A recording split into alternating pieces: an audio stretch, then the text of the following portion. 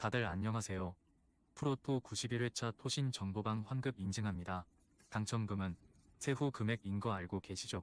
다들 아시겠지만 한 경기 취소되어 당첨금이 반토막 났지만 그래도 당첨 모두 축하드리며 오늘 경기도 분석 시작해보겠습니다. 금일 첫 번째 경기 베티스 대 헤타페 분석 시작해 보겠습니다. 베티스는 바르샤에 패하긴 했지만 그라나다와 마요르카 등을 잡고 한숨을 돌렸다. 네이션스컵으로 인한 차출과 루이바를 비롯한 부상자들의 속출로 고전하던 이번 시즌이었는데 점차 페이스를 끌어올리고 있다.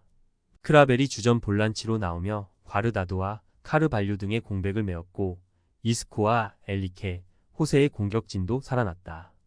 헤타페는 주중 경기에서 레알 마드리드에 패했다.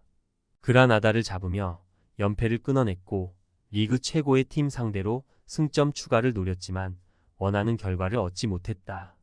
때문에 연패를 피하기 위해 난적 상대로 라인을 내리고 경기에 임할 수 있다. 최전방에 나설 마요라를 제외한 선수들이 수비적으로 나설 것이다. 베티스의 승리를 본다.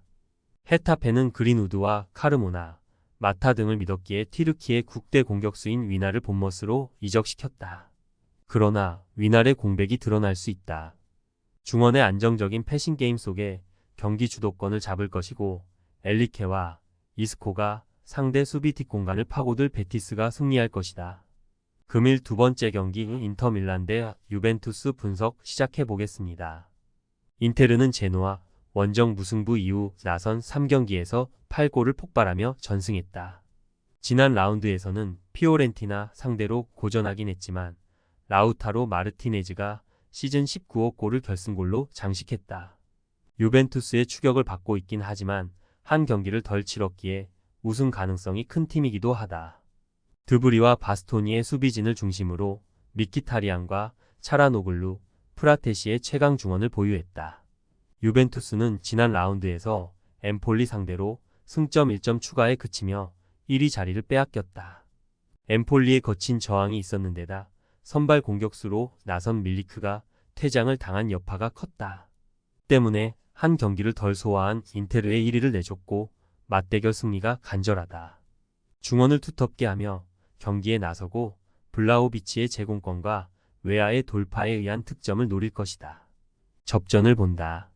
인테르는 벤치에서 역할을 해줄 공격수가 적다는 단점이 있음에도 시즌 내내 선두 자리를 유지 중이다. 차라노글루와 미키타리안이 중원에서 공격 가담을 잘하고 있다. 그러나 유벤투스는 로카텔리와 미레티 등 상대의 중원 공세를 막아낼 선수들이 있고 브레머와 가티가 티랑의 침투를 저지할 유벤투스가 리드를 주지 않을 것이다. 금일 세 번째 경기 리옹 대 마르세유 분석 시작해 보겠습니다. 리옹은 지난 라운드 홈 경기에서 렌에 패하며 연패를 당했다. 후반 라카제트와 실바 등이 추격골을 터뜨렸지만 전반 내준 3골이 컸다. 그래도 부진했던 전반과 달리 후반 경기력이 좋았기에 이번 라운드에서 반등을 노린다. 마르세유 상대로는 원정에서 구단 버스가 테러를 당하는 등 서사가 있었기에 더 집중하고 경기에 임할 것이다. 마르세유는 모나코와 비기고 원정에 나선다. 오바메양과 발레르디의 연속골이 터졌고 경기를 지배했는데 퇴장으로 인해 생긴 수적 우세를 살리지 못했다. 하릭과 사르, 게 등 핵심 선수들이 국대 차출로 인해 빠진 여파가 컸다. 그래도 최근 무패를 이어가고 있기에 이 경기에서도 원정 승점을 노린다. 리옹의 승리를 본다. 마르세유가 무패를 달리고 있긴 하지만 최근 스트라스부르와 몽펠리에 등 중위권 팀 상대로 경기를 지배하지 못했다.